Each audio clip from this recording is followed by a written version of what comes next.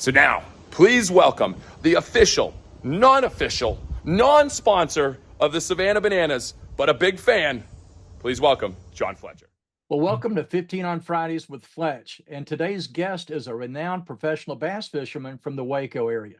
He studied at Baylor University until the bass started spawning each year, so he's still considered a senior class member. He's been on the pro tour for over 35 years, and he's got more crazy fishing stories than you could ever imagine. He's fished with celebrities and Dallas Cowboys and even President George W. Bush. He won the 2008 Bassmaster Classic, which certified him as the #1 bass fisherman in the world. He's also a fisher of men. He was volunteer chaplain for Bassmaster for 7 or 8 years, and now they have several guys that rotate. It's called Fishing Church. And also he helped to be one of the early members of Legacy Outfitters, a men's outdoor ministry in Waco that now has 9 different chapters. So now we're going to hear from one of the legendary names in bass fishing. It's 15 on Fridays with Fletch and Alton Jones.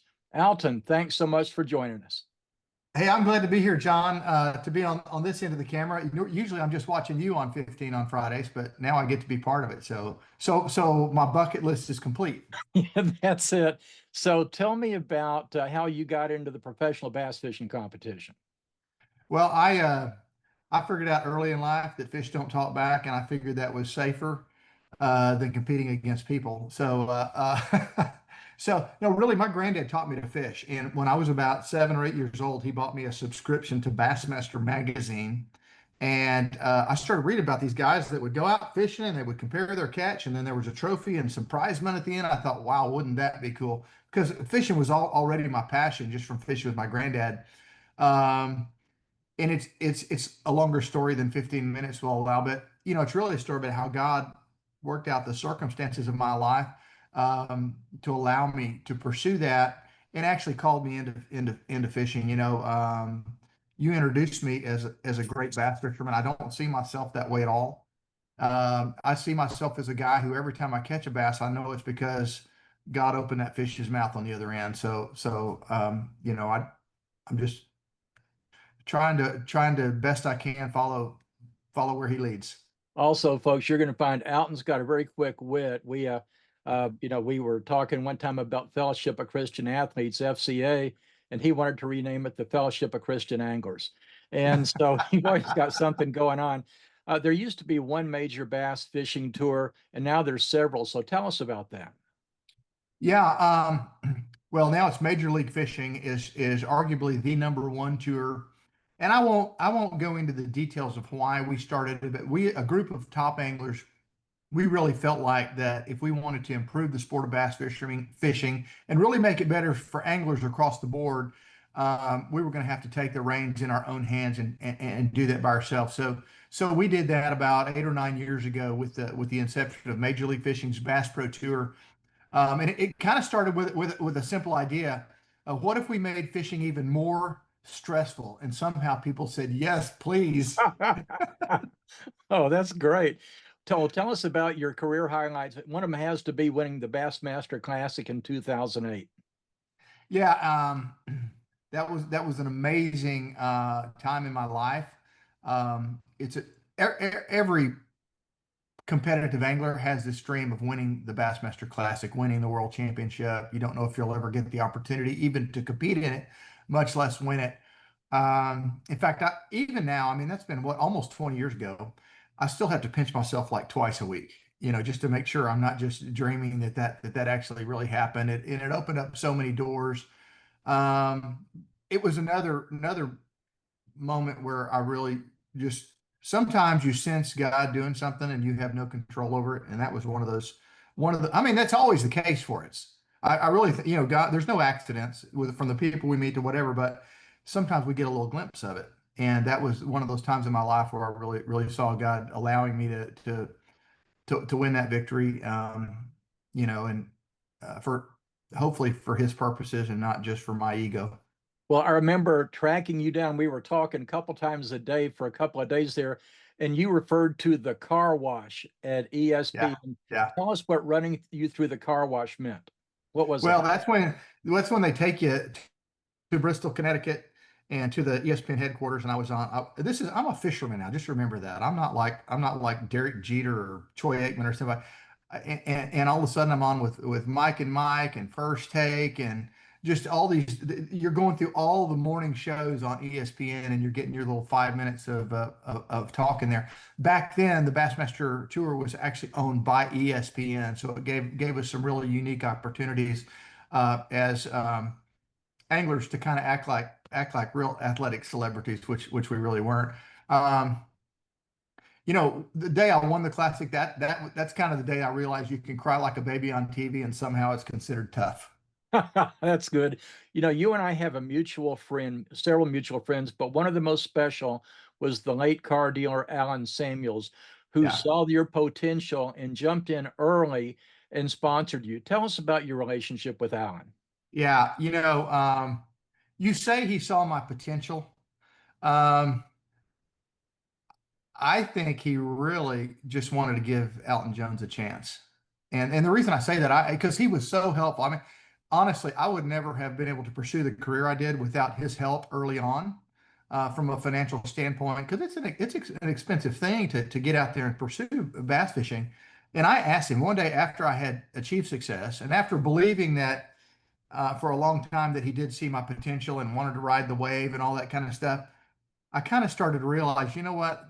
There's really no upside in this for Alan. And I asked him one day, I said, why are you doing this for me? And he said, you know what? He said, because there was one time in my life early on that I really was wanting to compete in a special sport, and I never had that one person to really financially back me and take me along and see if I could make it. And he said, I wanted to do that for you. And that just, I mean, it just melted me. Oh, it has to. Well, and then also you took him and his wife Donna fishing on numerous occasions. Is it true that he was one of the three best people in the boat as a fisherman? Yes, it was. And I actually had to quit taking them fishing because Donna was really the one that was out fishing us also, especially if there was crappie involved.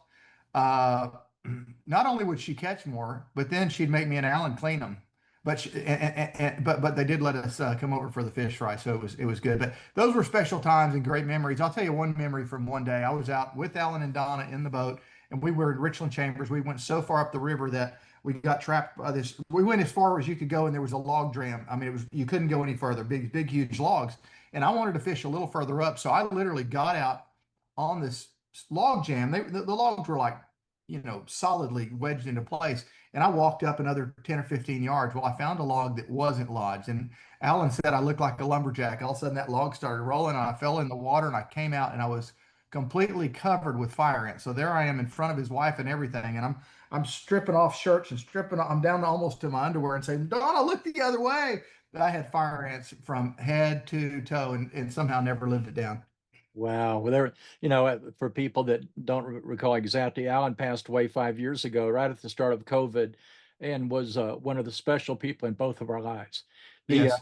you're a true fisherman. You not only helped early on as a volunteer with Legacy Outfitters ministry in Waco, but you also served as chaplain for the Bassmasters Tour for 7 or 8 years.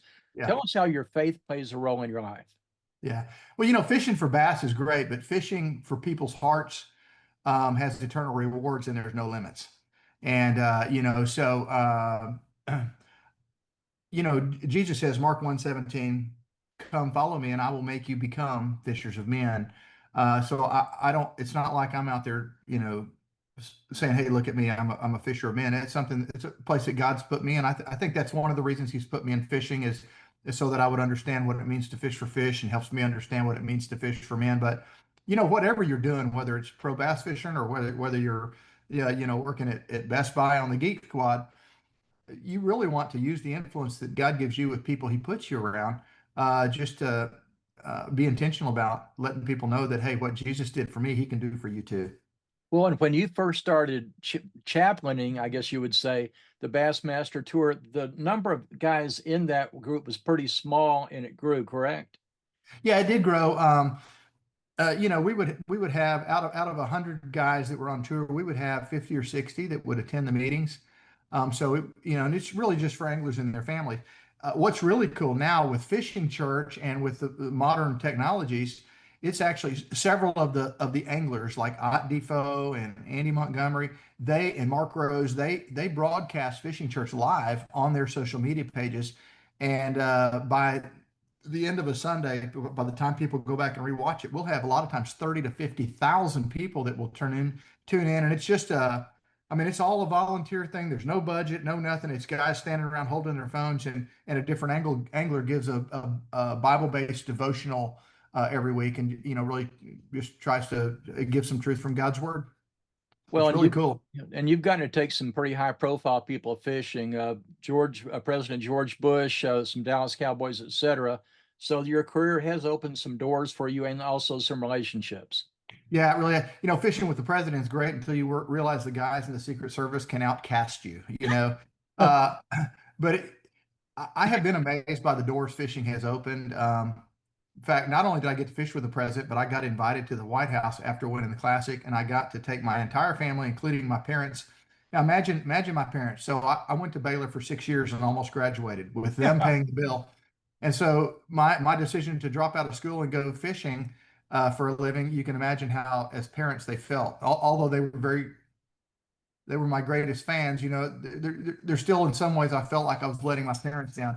And I'll never forget walking through the door of the Oval Office with my parents and my dad shaking the hand of the president, looking back at my mom and saying, honey, this fishing thing might work out after all. Oh, that's great. Well, didn't you also play a little bit of golf with the president too?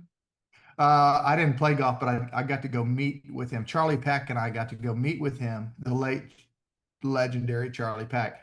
Got to go meet with him while he was playing golf on a local golf course here one day, and that was kind of cool too. I remember the president motioned us down, and we were standing on the side with the Secret Service, so we started walking onto the golf course. And man, we had Secret Service jump in front of us so fast, and the president yells back, "No, it's okay. Let them come down." So we felt like we were pretty important at that point. But it was really neat, and I've actually gotten to fish with him on his ranch in Crawford before, and it's really cool. And really your cool. success has opened a door. Not only did you make your parents proud that day, but also your own son has his own success on the Pro Tour. Why don't you tell us? We've got about a minute and a half left. Yeah. So my son Alton Jr. is now the #2 ranked angler in the world. Now I told him early on as he started fishing, I said, when you get to the point, if you start beating me too badly, you will be marked out of our will. But seriously, those days are long past. He beats me way more than I ever finish on top. We don't have a side bet, but we always we want to be ahead of the other one. But really, we're each other's biggest fans as well. One thing that's really honoring to me, we're fishing next week in Michigan, a team tournament, part of the team series for Major League Fishing. And he was a team captain. He could have drafted any angler he wanted to as his team partner. And there's a lot of guys ranked higher in the world now than I am. He could have drafted, but he drafted his dad. So he and I get to go compete together in 2 weeks up in Port Huron, Michigan. So you want to know what it looks like to honor your parents, even as an adult. What he did for me is really honoring to me. That's great. As we've got about 45 seconds left, what else would you like to share about your career and the doors this has opened for you?